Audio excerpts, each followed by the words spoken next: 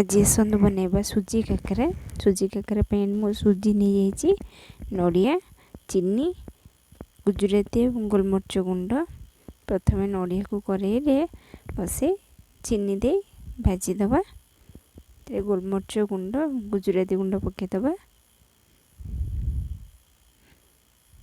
गुजराती गुंड पके तो भाजी सारा गोटे जगह को काढ़ी से कड़े जी सुजी नहीं तार 1.5 गुणा पानी देवे। पानी दे पानी गरम हो सारा पर टिके लुण पकेबा। मुझे सुजी और चीनी को मिसेक नहीं जाइए, चीनी आगुआ पकेलुनी ताको भल भाव जंती दबा। जंती सारा पर गोटे जगह को काढ़ी नबा, टिके ठंडा हाँपाई छाड़दबा। एपटे कड़े बसी तेल कि घी देदबा। एपटे गरम है भितर आम सुजी ठंडा हो सारा तो अल्प पानी दे भल भाव चकटी दबा।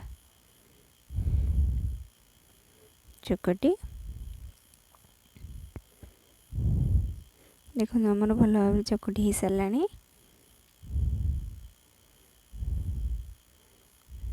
छोट छोट गुला कर पुर दे मुझे 3 प्रकार करची।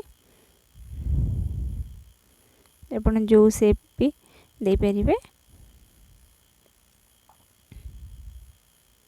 देखंतु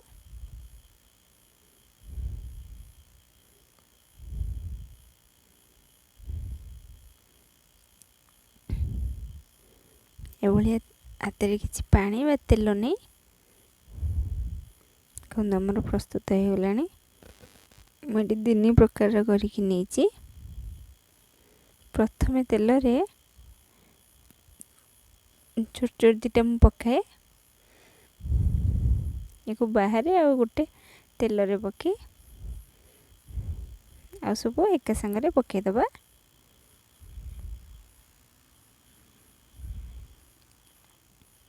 या मीडियम जाल रे 5 ରୁ 10 मिनट पर्यंत छाणीबा। गोटे पट हो सारा आम उल्टे दबा।